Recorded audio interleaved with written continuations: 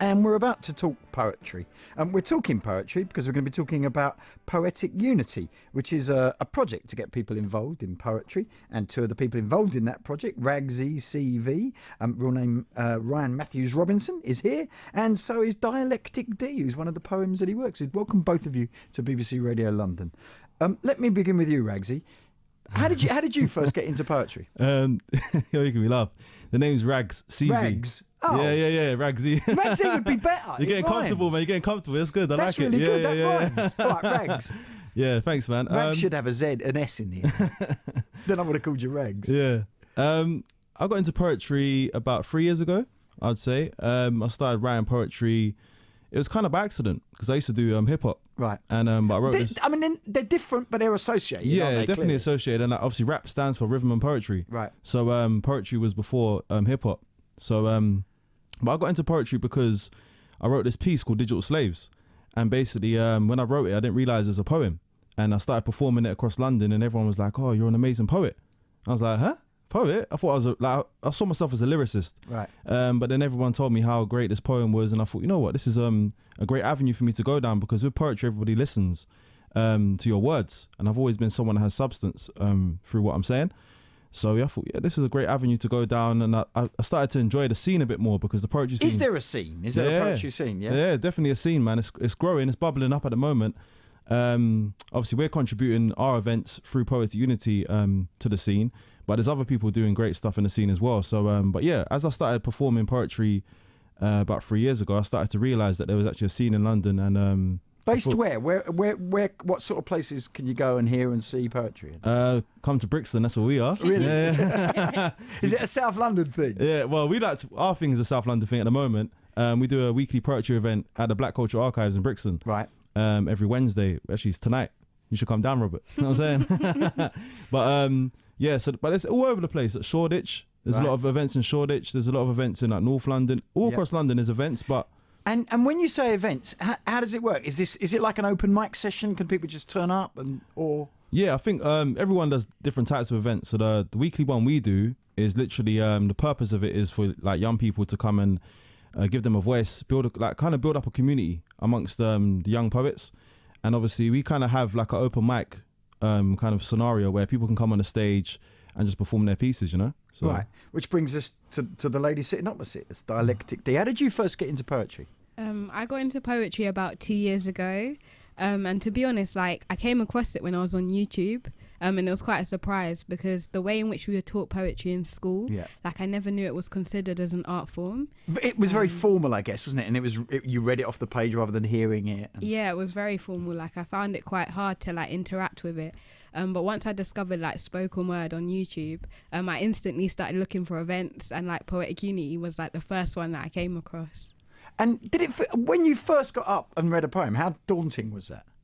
It wasn't frightening for me personally because you got a lot of confidence in. Yeah, like I've done performing before in the past, so I did a bit of acting, I did a bit of dance before, so poetry was just like a different kind of art form, and it was exciting. And yeah. And when we talk about poetry, I mean, are there any rules to this? Does it have to rhyme? Does it matter what form it's in? Does it have to be long form, short form, verses, stanzas? Do you see what I'm trying to say? Yeah. I mean, that's the great thing about poetry. There is no rules. I think there is rules to other genres, but with poetry, it can be as long as you want, as short as you want. It can rhyme, it can not rhyme. So it's quite a free way of expressing yourself. I feel like it. You know what I mean? It's a great way to like spoken word in particular. Yeah. Performance poetry. But I guess the other point about it though is it is still poetry. Yeah. You know it when you hear it, don't you? It's different. It's not prose. It's not normal speech. It's not lyrics to a song. Nah, it's definitely got its own sound. You know, when you hear it, it's like it's obvious that it's poetry. You know what I mean? Definitely. Are there certain are most of the poets or many of the poets humorous, or are they political, or are they angry, or are they do you see what I'm trying to say? Yeah, does it cross the board? Yeah, across the board, literally. Like we get so many different types of poets. As you can imagine, all the young people we work with will come from all different backgrounds, so they all have different ways of expressing themselves and things on their mind. So, and the thing about poetry, which is great, I feel like, is everyone is talking about something that's close to them, something they've been through, or something they seen a friend or close family member go through, you know. So how do you work? Do you sit at home and write? Or how do you work on your poetry? Yeah, I sit at home and I write my pieces, and then I memorize them, and then I come down and perform them at different events.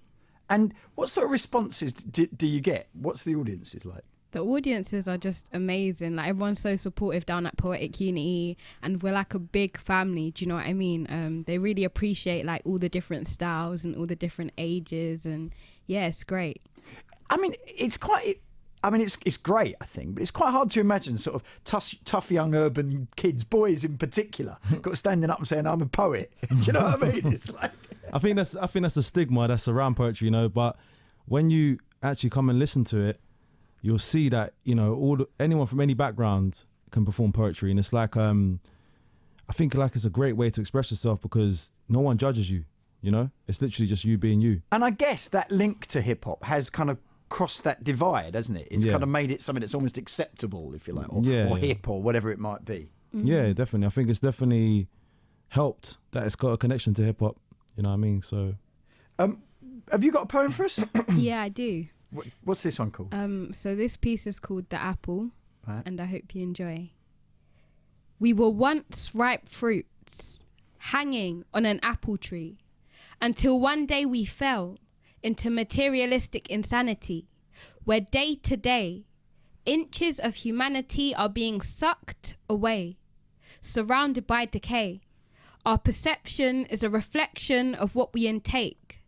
This big corporate company is polluting our brains, telling us to think differently, yet mentally enslaving us towards their brand name, giving us a sense of entitlement by comparing us amongst the greats, when our vision is what they really taint, leaving us oblivious to the other side of the image in which they paint.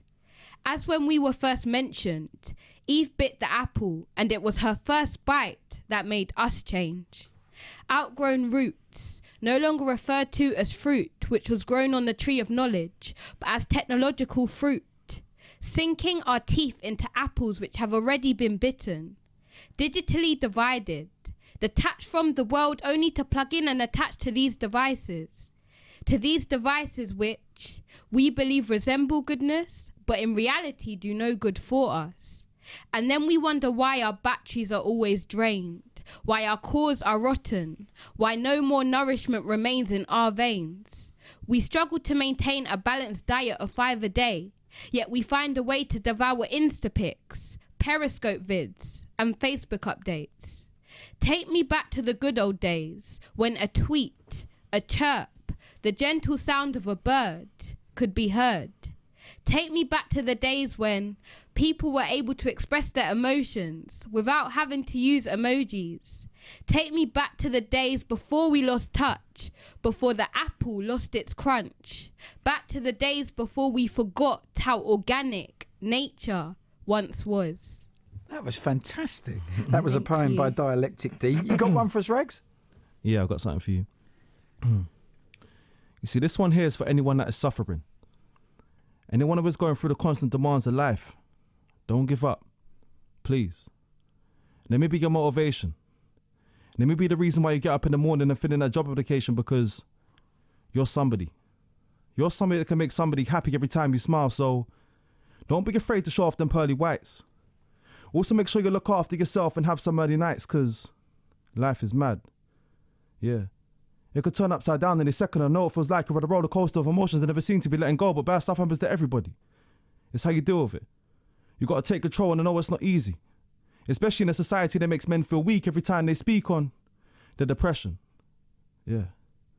But I want to put a stop to this top myth that men opening up like a locksmith is some sort of weakness. Because it's the ones who speak less who usually end up in a deep mess. So who you fooling? We're all human beings, and imagine if all of us stopped talking. Imagine if your male best friend had suicidal thoughts and they couldn't come to you. Imagine if your father would rather hang himself than go through the palaver of having a conversation. Imagine if your little brother was getting bullied at school but he didn't want to tell you because he didn't feel manly. The worst thing is, this is happening right now to somebody's family. My thoughts and prayers go out to them, but more importantly, let's make a change. Let's leave pride at the doorstep and arrange to meet our brothers to make them feel comfortable to exchange how they feel. Because what's life without our brothers? You tell me. That was fantastic. When's the next Poetic Unity event? Tonight. Where? Brixton. Black Where? Culture Archives. Where is it? Black Culture Archives, Brixton. Get yourself down there for some fantastic performance poetry. And we've been hearing from Rag CV and Dialectic D. Thank you both very, very much.